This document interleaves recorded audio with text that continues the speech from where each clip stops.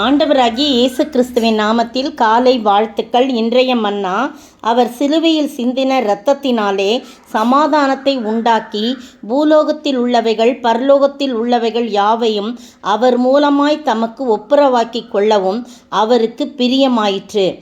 கொலோசியர் 1:20. எத்தனை அருமையான வார்த்தைகள் பாருங்க.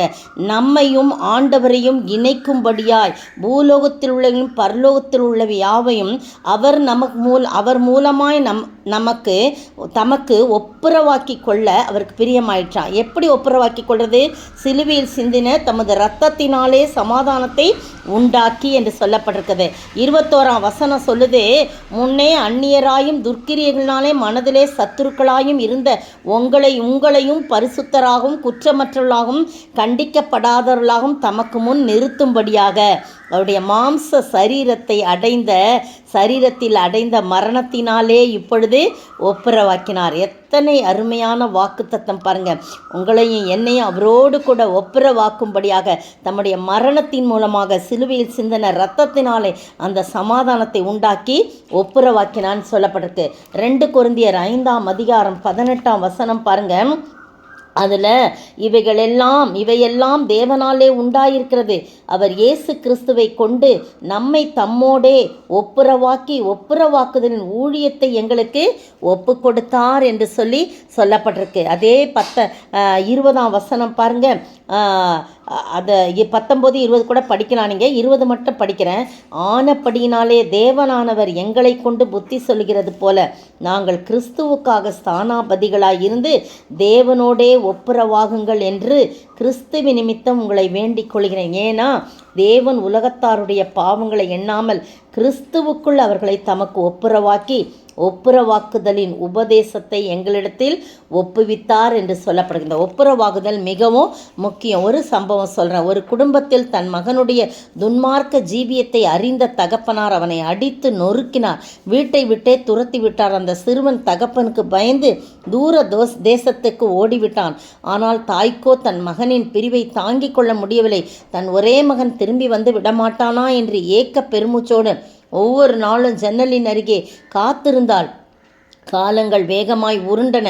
தாயின் அன்போ குறையவில்லை. ஒரு நாள் தன் மகனை எதிர்பார்த்து கொண்டு வீட்டு மாடியில் காத்திருந்த தாய் மேல் படிக்கட்டிலிருந்து உருண்டு கீழே விழுந்தார். உடலெல்லாம் பலத்த காயம், அடி ரத்தம் பொங்கியது. மகனே திரும்பி வா, நான் மரண படுக்கையில் இருக்கிறேன் என்று சொல்லி எல்லா பத்திரிகையிலும் விளம்பரம் செய்தார். இதை மகன் வாசித்தான். வாசித்த மகனின் இருதயம் உருகிற்று. தாயை காண விரும்பினான். தகப்பன் மேலோ மிகுந்த பயம். ஆனாலும் தைரியமாய் வீட்டிற்கு வந்து மரண படுக்கையில் போராடி கொண்டிருந்த தாயை அன்போடு வருடி கொடுத்தான். தாயின் மகிழ்ச்சிக்கு அளவே இல்லை. கணவனை அழைத்தாள். மகனின் கையையும் கணவனின் கையும் ஒன்றாக இணைத்தபோது அவள் உயிர் அவளை விட்டு பிரிந்தது. பிரியமானவர்களே, நம்மை பிதாவோடு ஒன்றாக இணைக்கத்தானே நமது அருமையான ஆண்டவர் தன் ஜீவனை கல்வாரியிலே தந்தார். பாவத்தில் தூரமாயிருந்த நம்மையும் பாவத்தை பாராத நியாயமுள்ள நியாயாதிபதியாகிய கர்த்தரையும் தம் இரத்தத்தால் இணைத்து ஒப்புரவாக்கினார். என்ன அவருடைய தியாகம் பாருங்க. ஆனபடியால் தேவனோடே ஒப்புரவாகுங்கள் என்று கிறிஸ்துவ நிமித்தம் உங்களை வேண்டிக் கொள்கிறேன் என்று 2 கொரிந்தியர் 5:20 சொல்லப்பட்டிருக்கு. எபேசியர் 2:26 பாருங்க. அதில் எபேசியர் 2 பார்த்தீங்கன்னா அதுலேயும் இதே மாதிரி தான் சொல்லப்பட்டிருக்குது. ஆண்டவரோடு நாம் ஒப்புரவாக்கணும். 14 பார்த்தீங்கன்னா பகையை சிலுவையில் கொன்று அதனாலே இரு திறத்தாரையும் ஒரே சரீரமாக தேவனுக்கு ஒப்புரவாக்கினார் என்று சொல்லி போடப்பட்டிருக்கு. இன்னொரு வசனம் கூட வாசிக்கலாம். ரோமர் 5 அதில் ஒரு வசனம் இருக்கு பாருங்க. ரோமர் 5 நான் வாசிக்கிறேன். 10 பாருங்க. 5:10. நாம் தேவனுக்கு சத்துருக்களாய் இருக்கையில் அவருடைய குமாரனின் மரணத்தாலே அவருடனே ஒப்புரவாக்கப்பட்டோமானால் ஒப்புரவாக்கப்பட்ட பின் நாம் அவருடைய ஜீவனாலே ரட்சிக்கப்படுவது அதிக நிச்சயமாமே. இந்த நாளிலும் கூட எது அவருக்கு பிரியோன் போட்டிருக்குது? அவர் மூலமாய் தமக்கு ஒப்புரவாக்கி கொள்ள அவருக்கு பிரியமாய் ஆயிற்று. பூலோகத்தில் உள்ளவைகள் பரலோகத்தில் உள்ளவைகள் யாவையும் அவர் மூலமாய் எப்படி? சிலுவையில் சிந்தின இரத்தத்தினாலே சமாதானம் சமாதானத்தை உண்டாக்கி என்று சொல்லப்படுக்கு.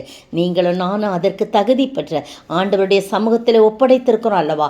எங்கேயோ வாழ்ந்து கொண்டிருந்த நாம், எங்கேயோ தூரத்திலே அந்நியராய் பாவத்திலே மாண்டு கொண்டிருந்த நம்மையும் கூட அவர் அழைத்து வந்தார். அருமையான சத்தியத்திலே இந்த சம்பவத்தின் மூலமாக நாம் அறிந்து கொண்டது போல நீங்களும் நானும் அவரோடு ஒப்புரவாகும். அதிலே அவர் மகிழ்ச்சி கொள்கிறார், அதிலே அவர் பிரியம் கொள்கிறார். அப்படிப்பட்ட பிரியத்தையோடு வாழ ஆண்டவர் தாமே கிருபை செய்வாராக. ஆமேன். உளையான சேற்றில் வாழ்ந்த என்னை தூக்கி எடுத்தீரே, கல்வாரி ரத்தம் எனக்காக சிந்தி கழுவி அணைத்தீரே. எங்கோ நான் வாழ்ந்தேன், அறியாமல் அலைந்தேன், என் நேசர் தேடி வந்தீ. நெஞ்சார அணைத்து முத்தங்கள் கொடுத்து நிழலாய் மாறிவிட்டீ. நன்றி உமக்கு நன்றி, நன்றி உமக்கு நன்றி. ஸ்தோத்திரிக்கிற ஆண்டவரே, துதிக்கிற ராஜா, எங்கோ வாழ்ந்திருந்த எங்களை வைத்து தூர போன எங்களை ஆண்டவரே நீ தூக்கி எடுத்து நிறுத்தி உம்முடைய இரத்தத்தினாலே கழுவி சுத்திகரித்து உம்மோடு ஒப்புரவாக்கினரே, அதற்காய் ஸ்தோத்திரம். அதிலே நீர் பிரியம் கொள்கிறீர், அதற்காய் ஸ்தோத்திரம். அப்படிப்பட்ட ஆசீர்வாதத்தை நாங்கள் ஒவ்வொருவரும் பெற்று வாழ நீர் கிருபை செய்ய வேண்டும் என்று கர்த்தரும் மீட்பரும் ராஜாவுமாகிய இயேசு கிறிஸ்துவின் விலையேறப்பட்ட நாமத்தில் ஜெபிக்கிறேன் பிதாவே. ஆமேன். நேற்றைய பதில் சீப்புரு தீவானும் லேவியனும் அப்போஸ்தலராலே ஆறுதலின் மகன் என்று அர்த்தம் கொள்ளும் பர்னபா என்னும் மறுபேர் பெற்றவனுமாகிய யோசே என்பவன்.